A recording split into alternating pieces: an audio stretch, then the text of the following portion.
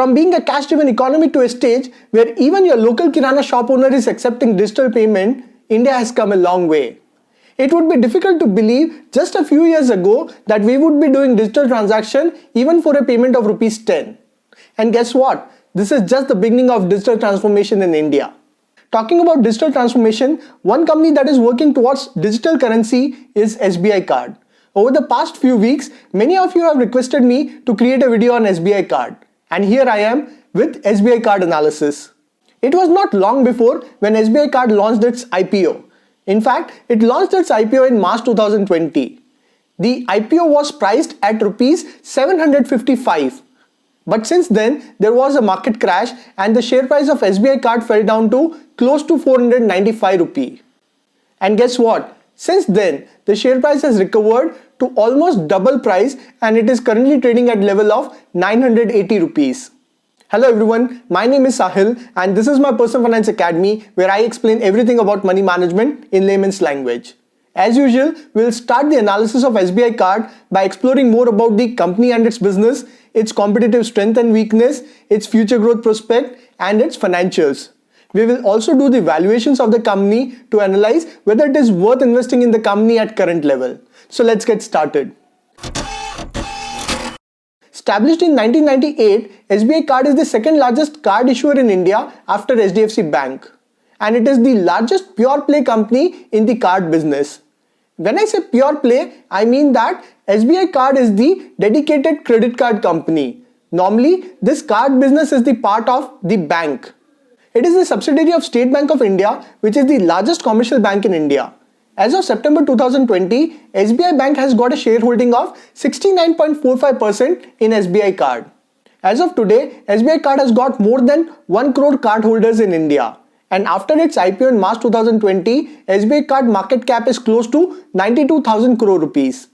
So if you look at the product portfolio of SBI Card, that has got some core cards like your SBI Card Elite, SBI Card Prime, etc. It has also got many co-branded cards. For example, in banking, it has got Central Bank SBI Card, City Union SBI Card, Federal Bank, South Indian Bank, etc. For example, in retail, it has tie-up with Lifestyle, FBB, Tata, Apollo. Then in travel, it has tie-up with Club Vistara, Air India, BPCL, IRCTC, Ola Money SBI Card, Etihad, Mumbai Metro, Yatra, etc. Overall, on the company and its business, I would rate SBI Card 10 on 10. The first competitive strength of SBI Card is its brand name with top recall. According to a survey conducted in 2020, SBI Card has got 100% brand awareness and 37% top of the mind recall. It means SBI Card as a brand is very popular and well known among Indians. Next competitive strength is its diversified product offering. SBI Card has a very comprehensive product portfolio catering to various segments from new to credit card to high net worth individual and catering to all their needs including travel, shopping, fuel, etc. SBI Card has partnered with merchants in all relevant categories like utility bill payment, online shopping, grocery, pharmacy, fitness, etc. This enables its customer to derive maximum benefit from SBI Card. Next strength is its robust customer acquisition model. SBI Card has got a very robust customer acquisition model covering open market distribution, bank distribution, and corporate distribution, engaging all prospective cardholders. This gives them a nationwide presence spanning Tier 1, Tier 2, and Tier 3 cities as well as rural part of India. Its SBI parentage also gives them access to the entire customer base of SBI Bank. Next key strength is innovation. SBI Card has partnered with many merchants to come up with very innovative co-branded credit cards. For example, it has partnered with companies like Vistara, Landmark Group, and Ola to come up with co-branded cards. Those who prefer Ola cabs can use their Ola Money SBI credit card, which is a unique card in the mobility space in India. Next key strength is its technology adoption. SBI Card has invested heavily in building a sophisticated technology infrastructure.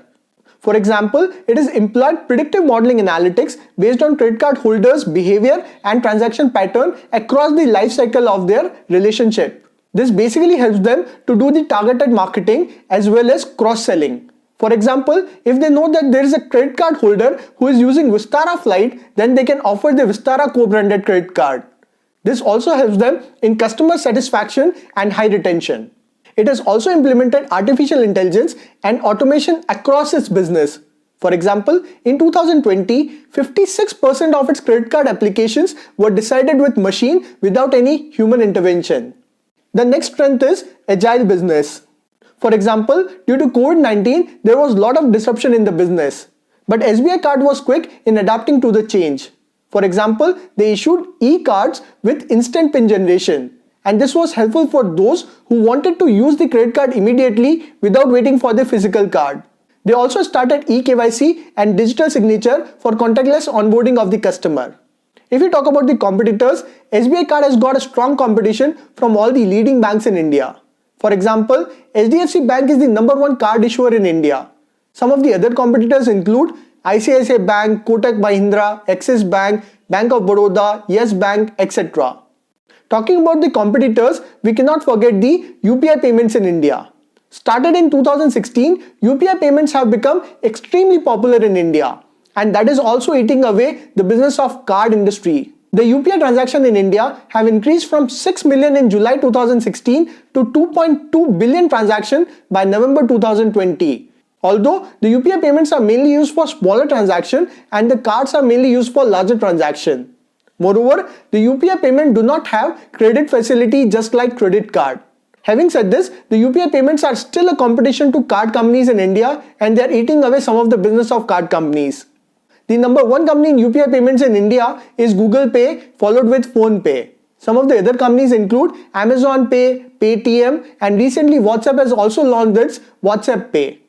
Overall, looking at the competitive strength of SBI Card and the various competitors, I would rate it 8 on 10.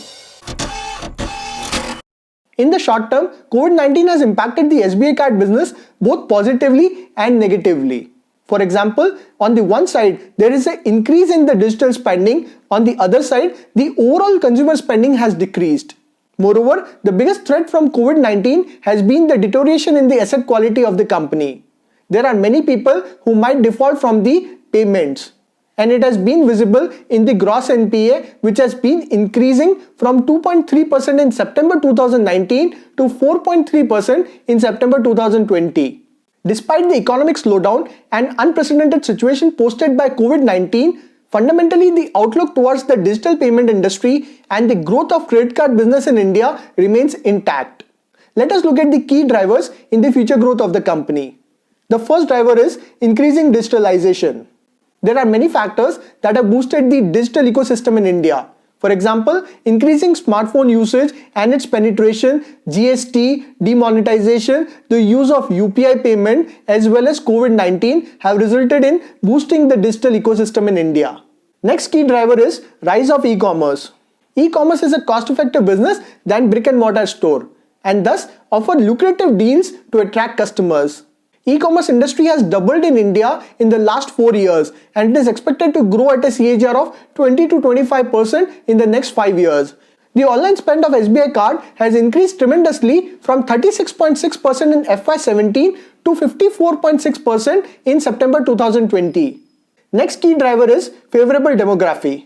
India is one of the youngest country in the world with a median age of 29 years. And these young people prefer to use credit card and debit card. There is also a tremendous growth in the per capita income in India from 90,000 rupees in 2014 to 1.5 lakh rupee by 2020. So there is a huge rise in the affluent spender, which is again key for the growth of credit card business. Next key driver is shift from savings to consumption. Earlier, people preferred to save more, but now people prefer to spend more. So there's a decline in household saving as a percentage of disposable income from 24% in FY12 to 17% in FY18. And the next driver is low market penetration. India still has got very low number of credit card users as compared to countries like US, China, Australia, etc. It is expected that the credit card spend in India is going to increase from 6.1 lakh crore in FY19 to 15.2 lakh crore by FY24. That's almost 2.5 times growth.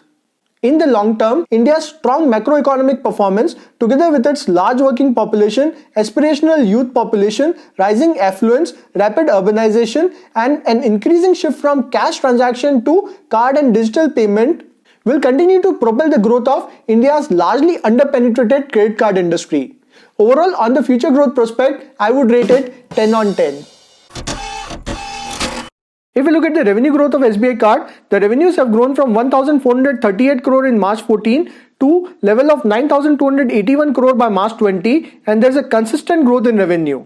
Although in last 6 months, due to COVID, the revenues have not grown too much. If you look at the profit growth, the profits have grown from 293 crore in March 14 to level of 1,245 crore by March 20. And due to COVID, the profits have gone down slightly in the last 12 months.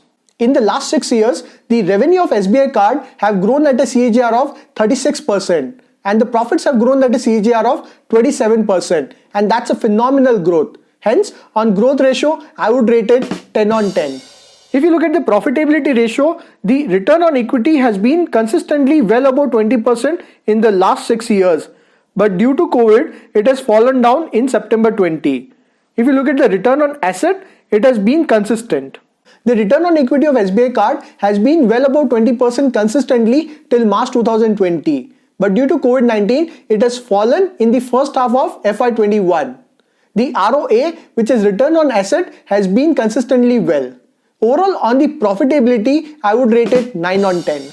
The latest capital adequacy ratio of SBI Card is 22.4% and the net interest margin is 16.6%, which is great.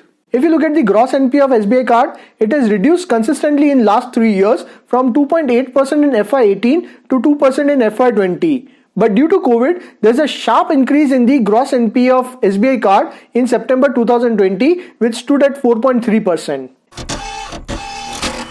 If you look at the current price of SBI Card, then it is trading at a level of 978. And in last 1 year, it has made a high of 1000 and a low of 495 rupee. If you look at the chart, then you can see that in last 1 year, the share price has fallen down to 495 rupee due to COVID. And since then, it has recovered and almost doubled to the level of 1000.